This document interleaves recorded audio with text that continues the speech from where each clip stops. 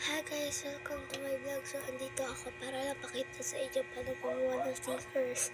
So, huwag niyo nakalimutan mag-like and subscribe. And pindutin niyo natin yung notification bell para ma-updated kayo sa lahat ng video ko. So guys, ito pala ang aking desk. Ayan. So, pa-open muna natin yung mic lang.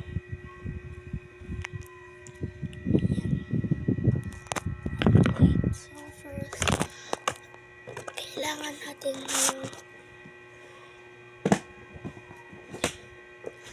ng scotch tape. Ganito. Yung basta yung baliktaran. Siyempre, yung paper natin na may design. OMG. Yan, yung may, hindi po siya sticker. Wala, di po siya stickers. Paper lang po siya na may design. So, kukuha po tayo ng isa. So, blue po yung nakuha ko.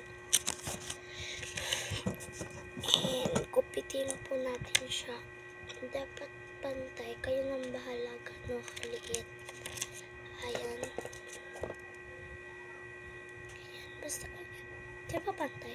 Basta pwede na yan. Tapos, buksan niyo yung tape. Kasi yung tape niya. And, ipatong niya siya dito.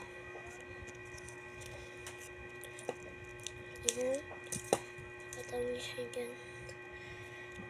Ayan. So, ayan. Madami na akong nagawang ganito. Pakita ko sa inyo. Wait lang. Iba-ibang colors na din siya. Ayan, o. Okay, so, ayan, tingnan nyo kung paano ko siya ginawa. So, bubuksan nyo lang yung tape. Wait lang, paano ba ito?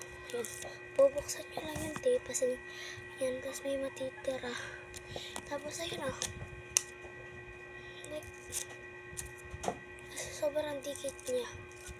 O, ayun o. Gusto nyo, pwede nyo pa pimple patch. So, yun lang. Thank you. Bye-bye!